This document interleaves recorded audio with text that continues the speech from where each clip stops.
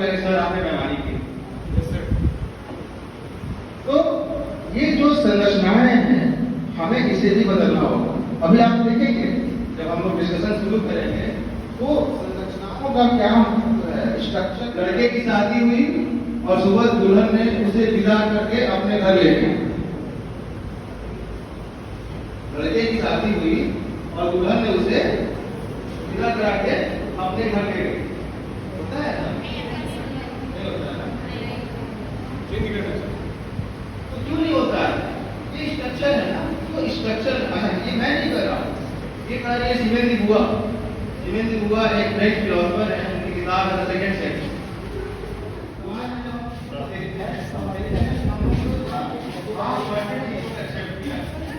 में भारत में मानवाधिकार एक समकालीन विमर्श में हमारे मुख्य अतिथि मुख्य वक्ता आदरणीय के झा सर आ गए हैं।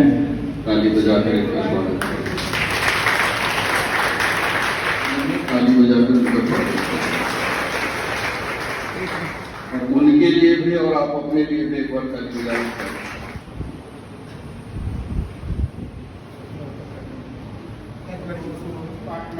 प्रोफेसर के झा और वर्तमान में पीयूसीएल मुजफ्फरपुर यूनिट के प्रेसिडेंट प्रोफेसर के झा आज हमारे मुख्य वक्ता हैं।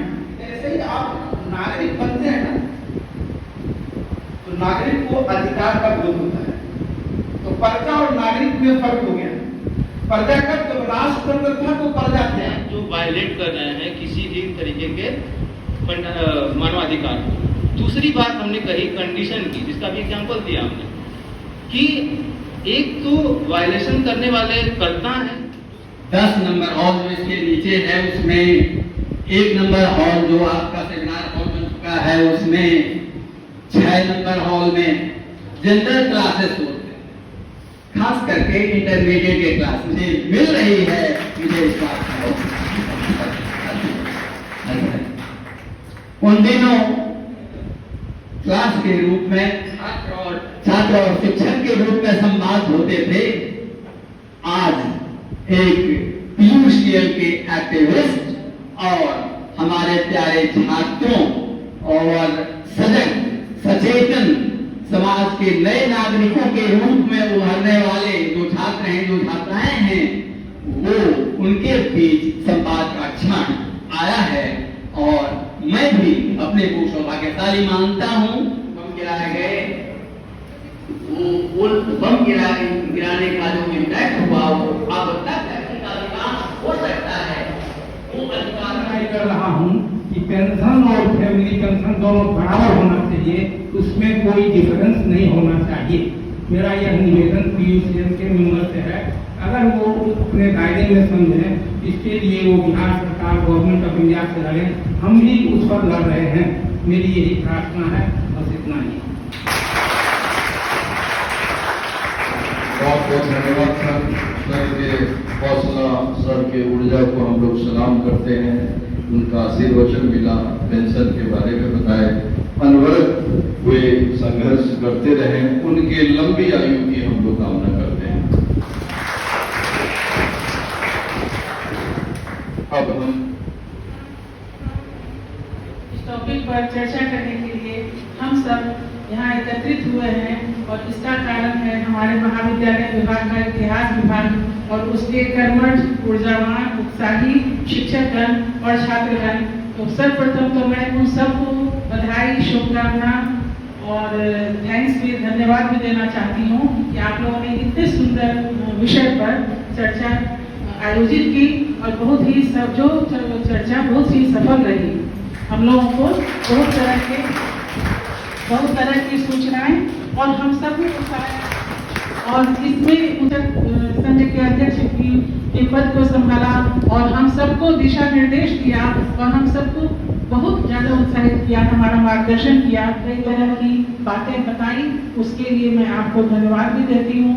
मैं आपको यह इतिहास विभाग और इतिहास विभाग के शिक्षक महाविद्यालय और उनकी मृत्यु हो जाने के बाद जो फैमिली पेंशन होता है उसकी कमी नहीं होती है। एक आदमी चला जाता है लेकिन जो बच जाता है उसका साथी, उसका जीवन साथी, चाहे वो पति हो या पत्नी, तो उसकी जिम्मेवारियां उतनी ही बनी रहती हैं।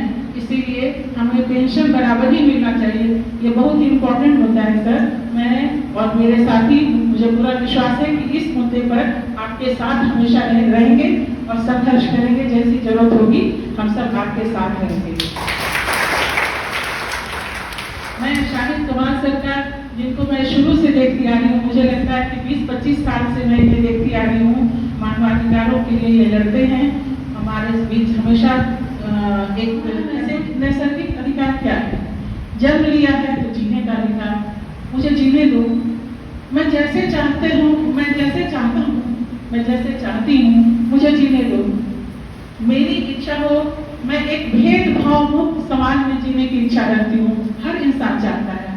तो हम एक ऐसे समाज का में रहने का अधिकार रखते हैं जहाँ पर किसी तरह का भेदभाव नहीं हो।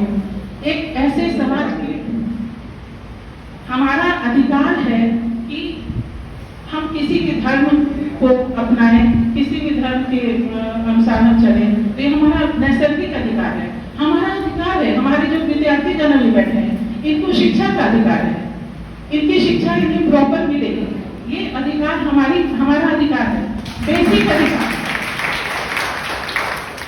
हमारा बेसिक अधिकार है। यहाँ से हम घर की ओर जाते हैं सर, रास्ते में ट्रैफिक मिलता है, हमारा अधिकार है कि हमें ट्रैफिक मुक्त, जब दाहिनी ओर आ जाते हैं तो अगली तरफ से जो आने वाली पंक्ति है वो बाईं तरफ से आने वाली थी, उसके रास्ते को रोक देते हैं।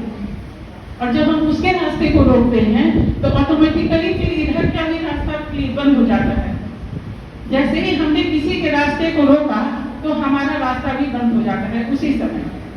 और फिर क्या होता है, फिर वही बकझक, लड़ाई झगड़े, बहुत तरह के काम होता है, सबके समय की बर्बादी होती है, स्वास्थ्य पर भी असर पड़ता है, ब्लड प्रेशर बढ़ता है, लड़ाई झगड़ा होता है, खून भी बह जाता है, होता है ना। तो वो भी एक तरह से समझो कि वही हमको शिक्षा देता है हर दिन।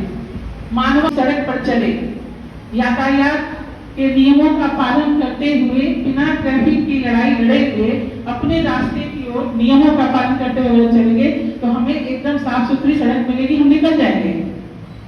लेकिन जब हम किसी के अधिकार का दोहन करते हैं, जब उधर से आने वाले लोगों के रास्ते को हम जब रोकते हैं, ऑटोमेटिकली उसी समय हमारा रास्ता अवरुद्ध हो जाता है।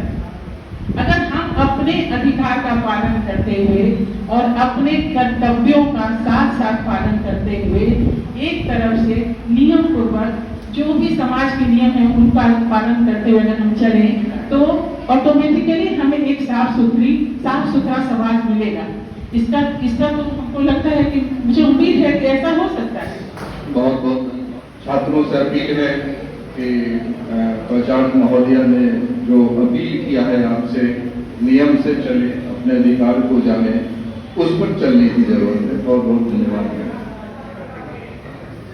तो आज की इस महफिल में मौजूद सभी मेहमान और खासकर मैं शुरुआत आदरणीय के सिंहासन से करूंगा, उसके बाद जो मंच पे आए हमारे पूर्व एचओडी इंग्लिश डिपार्टमेंट के झा सर का, वो यहाँ पर आए और बहुत ही संगीन जो ये टॉपिक है